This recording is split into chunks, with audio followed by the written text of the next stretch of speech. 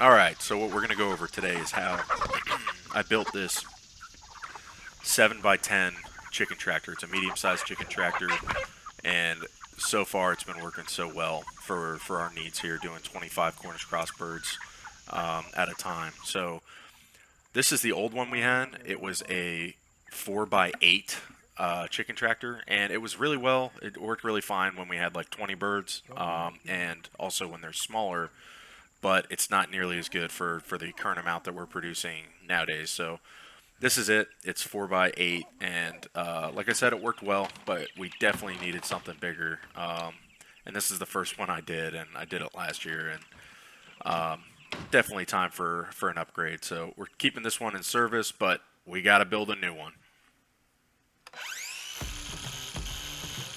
So what I'm doing here is I'm cutting the 2 by 4s that are going to be the base of the chicken tractor, and I'm cutting these on an angle so that it is going to be a good skid for the bottom when I pull it across the ground.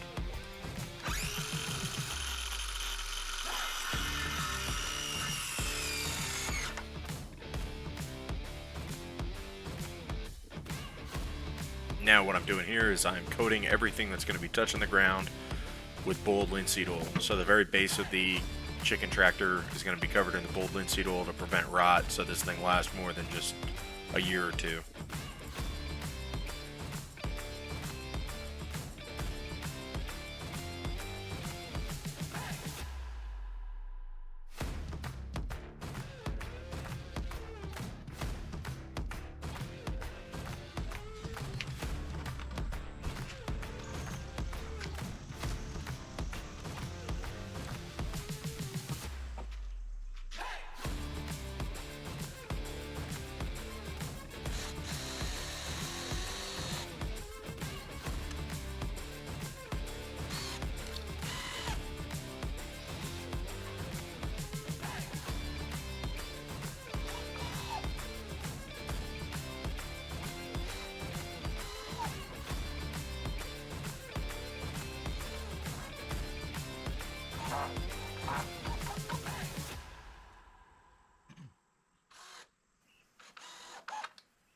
So I had a lot of 2x4s laying around, which really helped out with this project. But although the base of the chicken tractor is going to be 2x4s, the rest are going to be 2x4s that I split in half. So I'm taking my table saw and I'm just cutting them right down the middle, and that way I have good framing for the chicken tractor, but it's going to be a lot lighter weight, and it makes the 2x4s go a lot further. So I really like doing this for projects like these.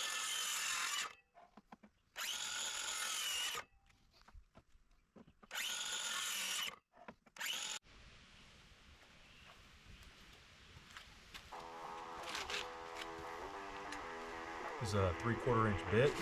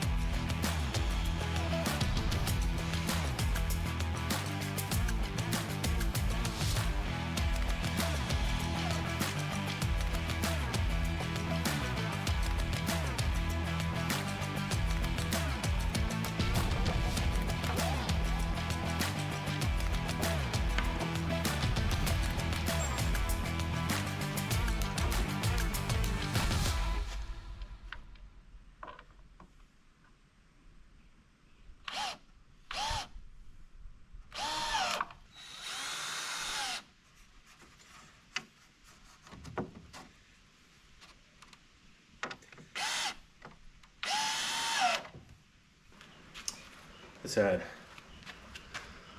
some kind of bug get to it, but this middle part here, it actually seems like there's plenty of wood still in there, so I'm gonna use it anyways.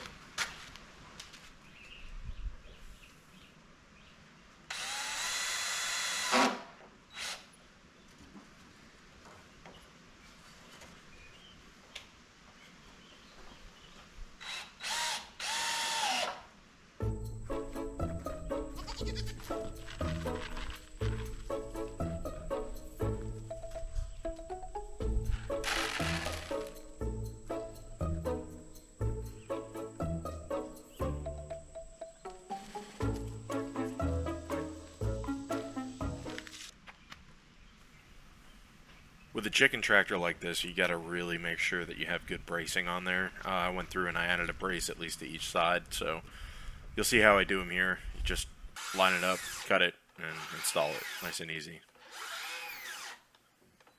Well, it would be nice and easy if my circular saw cooperated, but Hakuna Matata.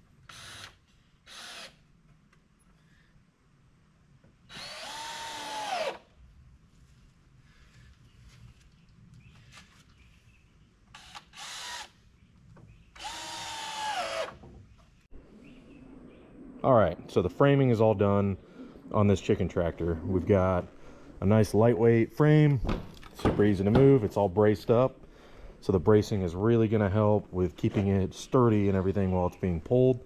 Down here on the skids, I have a hole drilled so I can put my rope, so I can grab it, lift it up, and move it every day with all the chickens inside.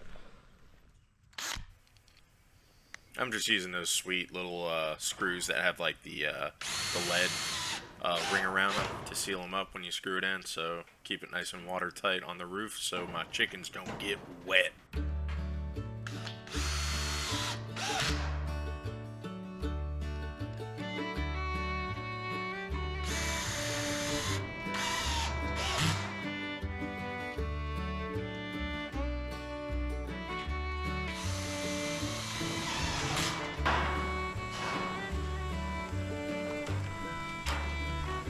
It's really important to use hardware cloth, that way raccoons can't reach their hands through and grab your chickens and kill them. Your chickens are going to be sleeping right up against the wall here on this chicken tractor at night, so really important to use hardware cloth so they don't get murdered.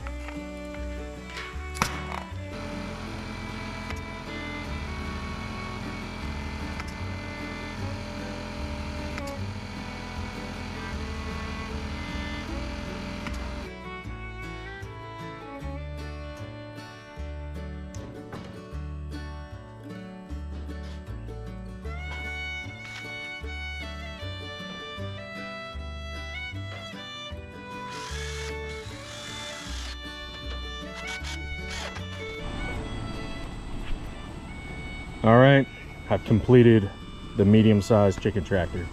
So what I did is I used the 2x4s and I treated them, the 2x4s are on the bottom, treated them with bold linseed oil, and then I took other 2x4s and I split them in half with a table saw. So the rest of the framing are 2x4s that are cut in half.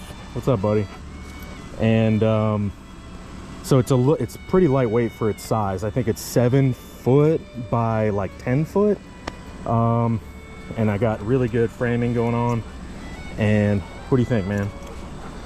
So I got good framing, so for a lightweight structure it's pretty well supported, and I got a good roof on the top. It's most of the top of it is roof, so I don't have to worry too much about rain and everything like that for the birds. And one piece of that is reused tin roofing, and then I had to buy 2 more pieces. But most of the wood, you can see the difference in the wood here. So I got older wood, and then I have newer wood that I had to buy. So most of this is reused. Put a nice hatch door on here so you can get to your water and your food. The only thing I was in a rush today. I don't know why I did this, but didn't measure properly, and I have a little bit of a gap here, but there's no animals, at least around here, that I know of that can exploit that gap. So we should be all good in the hood regardless. But thank you for sticking around and watching this video.